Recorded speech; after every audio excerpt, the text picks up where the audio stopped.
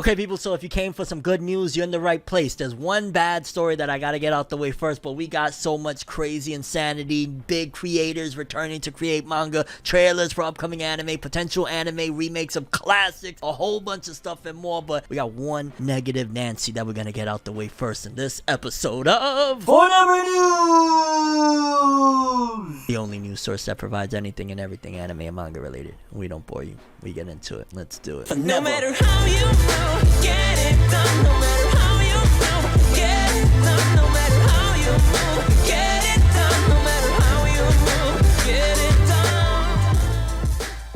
Okay, people, before we get into it, definitely would like to ask you to hit that subscribe button and hit that bell so that you get all notifications. It's been a roller coaster ride over here, to say the least, on YouTube, and it would really benefit immensely if you would hit those buttons, subscribe, and you'll be notified on anything, everything anime and manga related. So it's a win-win for both of us. Now, as I said in the opening of this video, we got to start off, get the negativity out the way first so we could prosper with the rest of this video, because we got a lot of huge, insane news, but in particular some negativity. Now, in case you ain't hear about it, it was a few days ago that it was announced that One Piece's manga will be going on a break. It will be going on a massive break for the series, considering the fact that usually at most it's 1 week, 2 weeks or whatnot, but this one announced that it's going on a full month's break after, I want to say, if not next chapter, the following chapter. For many different reasons, they kind of added a whole bunch of different things. Like first it was so Oda could do something, but then he didn't want to go because of COVID, so it was a million reasons why ultimately they announced this thing. But I personally think, for starters, that potentially there's some marketing games behind it of, hey, what would happen if we was to take One Piece and make it a monthly manga? Now, I know a lot of people are like, oh, why would they ever do that? Because it makes it more impactful. Just imagine with One Piece right now, One Piece manga pretty much trends every freaking week whenever a chapter drops. Now, imagine you take that fandom that is hungry so badly every freaking week for a manga, and they make it a monthly event. Once a month, you get to nerd out for 40 to 50 pages of One Piece.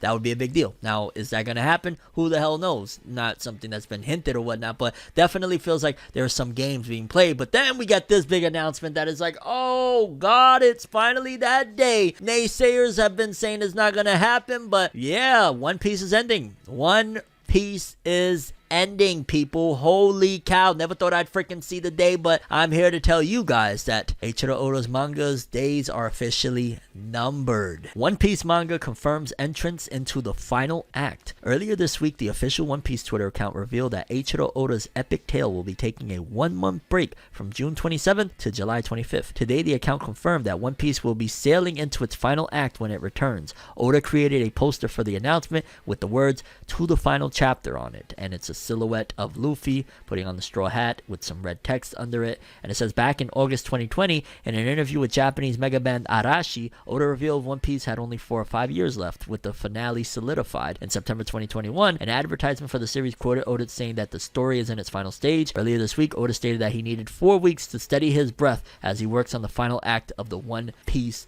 voyage. And off rip, you gotta look at it like, yo, what? Like, I'm gonna ask you off rip, how many years do you think we got left now? Now that that's been solidified, considering it's been 4 or 5 more years for like at least 8 or 9 years, how many more years do you think we're gonna have left with this? I'm gonna say right here, I think there's a possibility that it could be done in 3. And I know you're probably thinking like, Fornev, you bugging out. No, you gotta stop this right now. Well, for starters, honestly, let's think about it. Like, Wano just wrapped up, right? So boom, we got Wano out the way. What's been left that's been set up? There's still, the war, there's still Vegapunk, there's still Elbaf and whatnot. And what if Oda decided, okay, so this is the final chapter, this is the final act, in terms of everything moving forward is going to be one thing after another. There will not be any more downtime after this big break. Like, imagine we could go straight from Wano, boom, jump into Elbaf, and then Elbaf could lead into something else. Kind of like what happened with Water 7 and Enies Lobby, where it was just like one event after the other leading into Impel Down and whatnot. That very well could be the case. And yeah, a lot can get done if Oda decides to do it at a little bit of a quicker pace. Not necessarily that it's going to be astronomically fast on some, like, I don't know, Black Clover or anything like that, but I think we could get to Elbaf. He could, if he wants to decide to make it only like a 30 or so, 40 maybe, a chapter type of thing, even shorter than that, he can make it like kind kind of Zoe in a way. I get it that there's been a lot of build up and setup, but what if they get to Elbaf and there's no reason really to be there for that long because there's not many people there, or it leads into, again, they're at Elbaf, they got to go somewhere else now because of XYZ reasons, and that kind of just solves like, hey, we got to Elbaf, we saw the giants, we saw that it's weird, like, yeah. And it's just kind of crazy that the realization that the series that I've been following for a bajillion freaking years now is actually coming to an end. It's been announced, like, again, we've heard so many times, like, oh, I'm gonna give it this amount of time, that amount of time. This is the first time we got a big break that says, no, we're entering the final act, final chapter. So I'm happy for Oda. I'm gonna be honest with you, and I know probably not many people are, this isn't gonna be their first thought that they jump out to. I'm really happy for Oda that this task that he has had on his shoulders for a long time by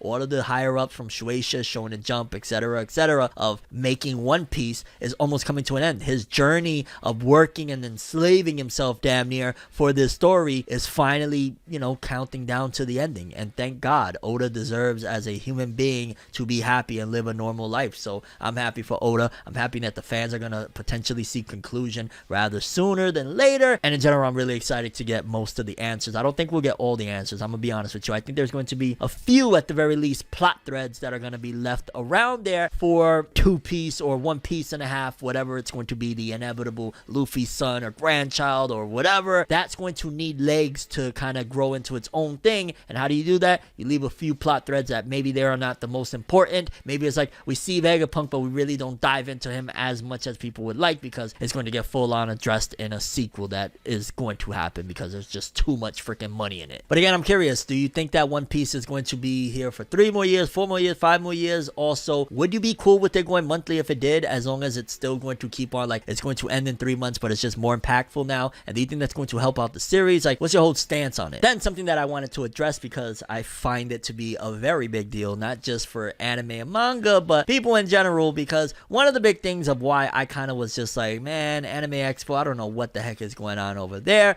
is because for the longest time they're talking about like, yo, you need to be vaccinated, blah, blah, blah. Not that I'm anti-vax or pro-vax, I'm just saying that it's just been one thing after another, because now we got this big information that Anime Expo 2022 no longer requires proof of COVID-19 vaccination or negative tests. So if you were one of the people that, I'm sure there were people that did it, of, hey, yo, Anime Expo is telling us that we need to be vaccinated to go inside there, and you got vaccinated for Anime Expo, first of all, if you were going to get vaccinated, you should have did it to protect your family or for yourself, or, just whatever the case may be. Not, hey, I want to go to an anime convention, but if you did get the jab for the expo, they said, hey, yeah, nah, don't worry about it, fam, just come through. Which, considering the fact that we're not officially announced out of the pandemic, I wonder how that's going to go. Like, if, shit starts flying everywhere, are Anime Expo going to be held liable for it, considering the fact that you're pushing this, that nobody needs to be vaccinated now? And it's kind of crazy, because if I'm not mistaken, Anime Expo, again, LA has been very heavy with all of that stuff. So to see that they're like,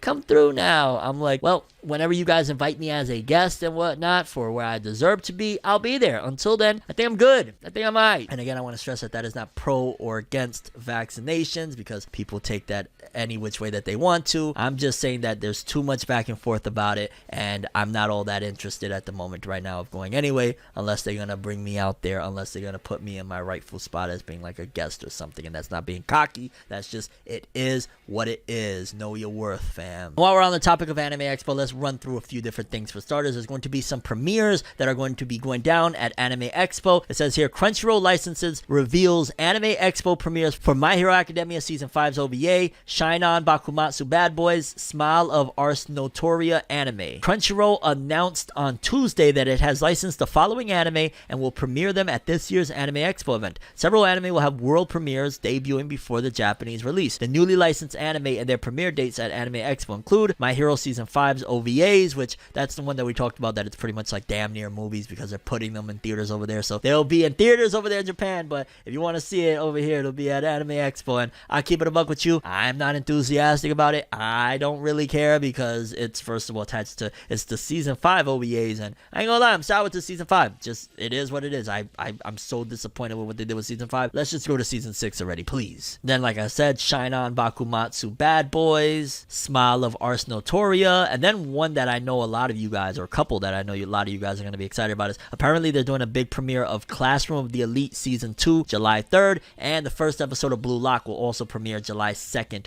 over there as well, and that's pretty freaking awesome. Honestly, it's like, if I was going for Anime Expo, I guess I probably Blue Lock would be the one that I would really want to go see. I mean, the My Hero OVAs, you know, give or take, maybe it'd be fun to watch with some friends or whatever, but they're OVAs, and, you know, even the movies, half the time, you know, you don't know what you're gonna get, but OVAs is like, eh. And one more thing regarding Anime Expo, apparently Chainsaw Man's anime panel has been announced for Anime Expo by Crunchyroll on July 4th. Now, let me calm down, because I'm not even gonna lie, when I first heard that, I was like, oh my god, let's go! But then I was thinking, well, what are they gonna do here? What are they gonna announce? It's not like it's saying that they're gonna premiere episode 1 or anything like that, because if they were premiering episode 1, that would be the big reason for me personally to say, oh, no, I gotta go to Anime Expo. Like, if they're premiering the Chainsaw Man anime there, now I gotta go there, but it's not saying that. So I'm guessing either potentially we could get a new trailer with a new piece of animation, or more than likely they're probably gonna replay that same fucking trailer that they've been playing for like a year plus now, probably announce the English dub voice actors via that trailer and say, hey, we have it, which we already know that. I'm guessing that that's what it's going to be. Maybe it could be something better than that. I hope it be something better than that. Like, yo, you got the whole world by storm at that point. You're at Anime Expo. It's July. Put out a new trailer for Chainsaw Man. Show us what the actual anime is going to look like. Because in case you don't know, the trailer that we've seen of Chainsaw Man 100,000 times, that's a pre-render. That wasn't like they're knee-deep in production or anything like that. That was, hey, here's this budget, which if I'm not mistaken, it was like a disgustingly $2, really fucking horrible budget. But hey, here's this budget. Make this trailer right now. That's all we need you to do. Don't make the anime or nothing. Just make a beautiful trailer. And that's what we got. And I'm hoping that when we get the full-on, okay, here's the real anime, that it looks just as good, if not better, because the 3D CG has me so freaking worried for Chainsaw Man, in particular for when Denji turns into Chainsaw Man. That's what has me a little bit worried, unless, I don't know, we gotta see. But yeah, there's gonna be a Chainsaw Man thing there at Anime Expo. Am I excited?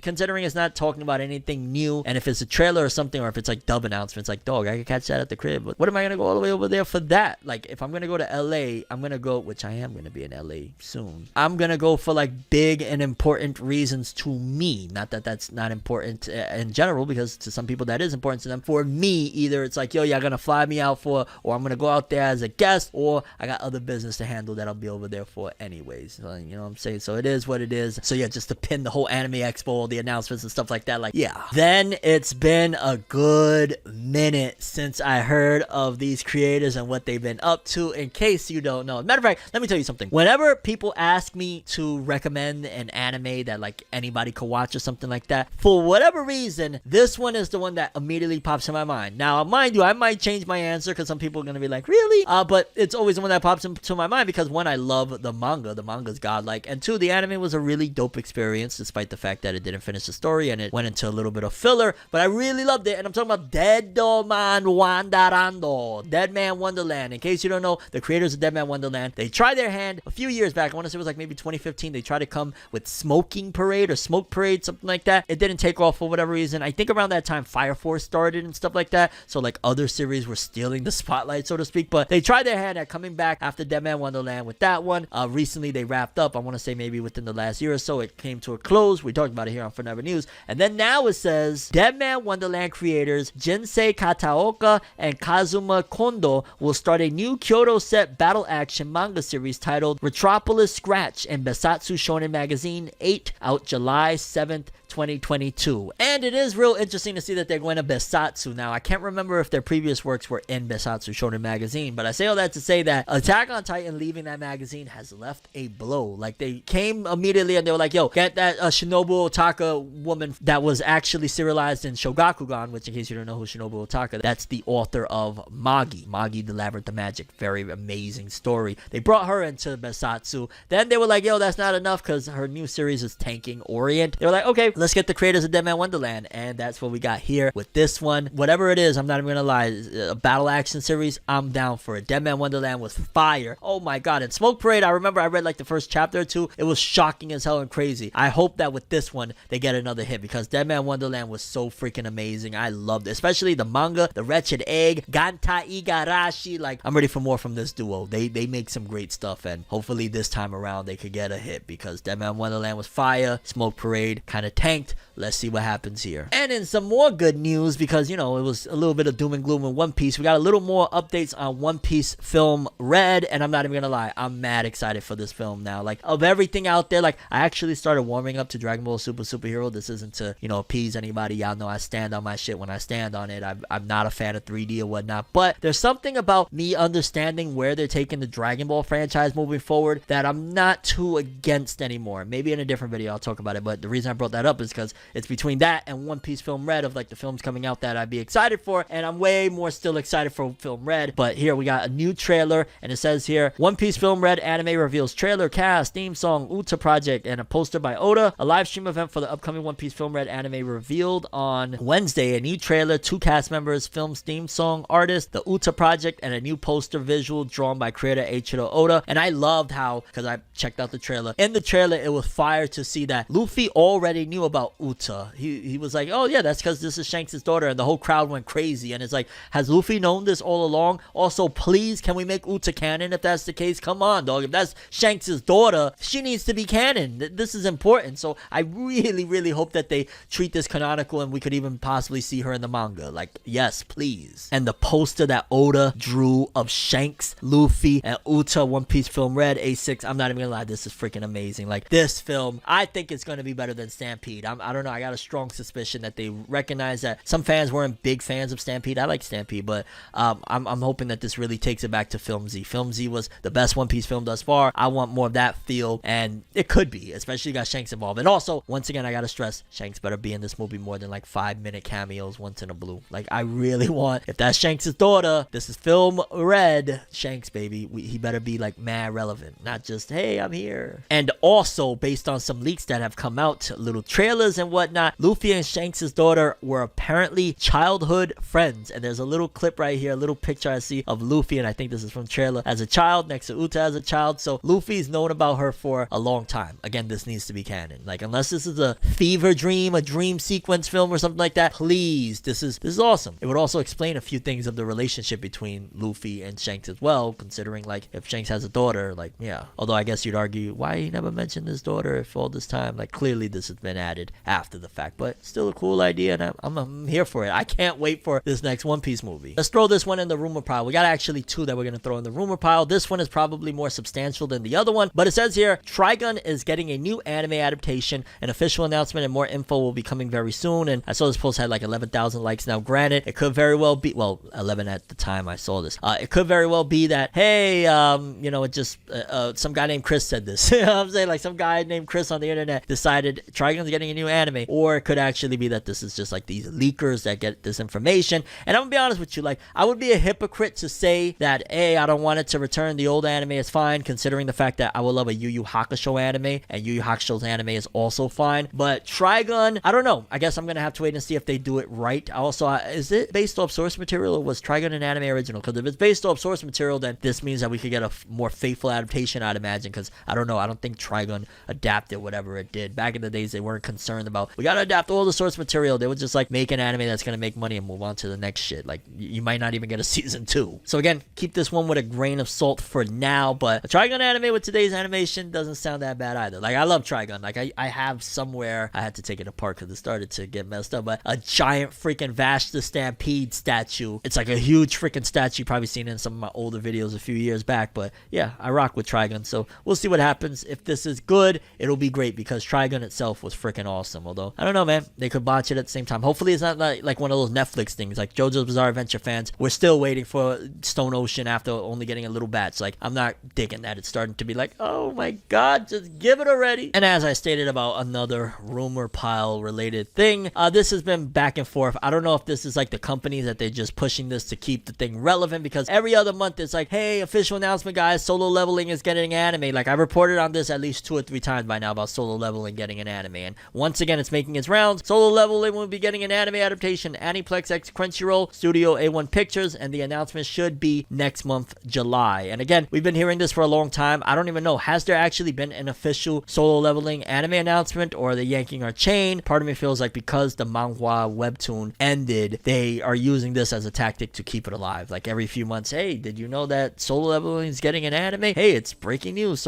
We fucking know already it's getting an anime, or not, whatever. whatever. But yeah, people, another one for the rumor pile. Solo leveling, getting an A1 Pictures, and I ain't gonna lie, A1 Pictures would be fire, considering like if you watch Sword Art Online or Magi the Labyrinth of Magic, A1 Pictures, they know how to put their foot into it for art and animation quality. Okay, next people, in case you don't know, Vinland Saga Season 2 has a new trailer that is out. I will have some of the visuals here so you guys can see it on the screen, and I ain't even gonna lie, it freaking looks fire. But in a different light, because keeping it real, a lot of what fans warned about, like it's about farms and stuff like that, was very prevalent in the trailer. A lot of new faces in the trailer I'm not familiar with. Like you see Thorfinn in there, and then you see it looks like Thorfinn older, and a couple of other characters, but for the most part, it's like a lot of new faces. Art and animation definitely standing up, so that's a really good thing. It's holding up right there. But the thing that I took away from it that I thought was fire was the philosophies and the poetry of it. Like it looks like this is going to get really deep and complex in a different light. Like it's not going to rely on battles, which don't get me wrong, Vinland Saga Season 1, I called it a classic already. Like that is a modern day classic anime, and the action definitely helped support that. But I think that this is going to be the biggest test of fandom of, hey, if it's not going to be battle action heavy, right, with this upcoming season, it's going to be more so farm life and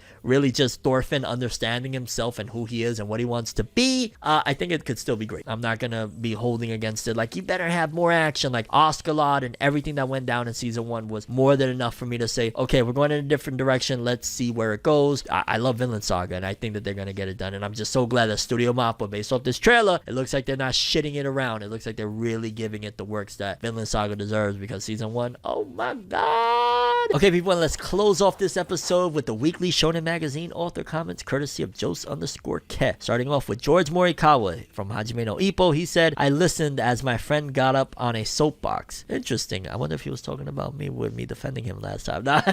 These author comments are written way beforehand. There's no way in hell, but cool beans. Then we got the new manga Kanan-sama by Nonko. I've dreamed about writing something in this comment box since I was a child, but I have no idea what to talk about now that I am here. That's weird. Like, why a lot of these authors now say that, even in Weekly Shonen Jump? I wonder if there's something behind it, like a marketing reason of, hey, we don't want to get typecast as the author that swings this way on the political spectrum or thinks this way. So until we find out what your fan base is, you got no comments. Could very well be the case. It could be that they're not necessarily being held back on what to say, but it's like, hey, how about you shut the hell up until we figure out where your fandom lies. Then we got Negi Haruba, author of Ranger Reject. What the hell? HKJKL, as written for me by my daughter. Oh, okay, that's cute. I'm not even gonna lie. Like, I don't know, you probably can't see it right now, but over here I got a picture that my daughter drew right over here on the wall. Then we got Nakaba Suzuki, author of Four Nights to the Apocalypse, Seven Deadly Sin. Every so often I buy mini cars I find interesting. My collection is building up little by little. Okay, you flexing on him with that. You buying a car collection? We see you, fam. We know you got the bag, and we respect it. Ken Wakui, author of Tokyo Revengers. I just now started playing Pokemon Go. It makes walking so much fun. I think I'm gonna try that, because like I go on walks and shit like that. That would be so fun to like, yo, look, it's a Bulbasaur. Personally, I prefer Charmander, though. I'm just saying. Kei Urana, author of the new breakout hit for Weekly Shonen Magazine, Gachi Akucha. I spend my days constantly saying to myself, who's the one that came up with this pain in the ass character design? Oh, it was me. That reminds me of Masashi Kishimoto when he was sick of drawing Naruto with the goggles very early on at that, and switched to like Naruto with the headband and Naruto. Like, do what you gotta do, fam. Hiro Mashima, author of Fairy Tail and Eden Zero. I beat Haruyukite Retrotica. The trick and imagery were top notch. Beating video games. It never stops with this man. Manga, movies, all legend. And we're gonna wrap this bad boy up with Yoshitoki Oima from To Your Eternity. I will go to Costco at least once, even if it kills me. Did they give you the bag to say that, or like what's going on here? But yeah, people, those were the Weekly Shonen Magazine author comments. Always a treat, and I'm curious what you guys think. Favorite story, best story that we had in this episode, because we wrapping this bad boy up right now. I'm ForneverWorld, and as always, people, have an awesome day. And remember the golden rule: anime and manga for life. Bye. Have an awesome day. Peace, and you guys just watched another episode of Forever News. Have an awesome day, lads. Don't forget to subscribe and hit that bell. Let's go. To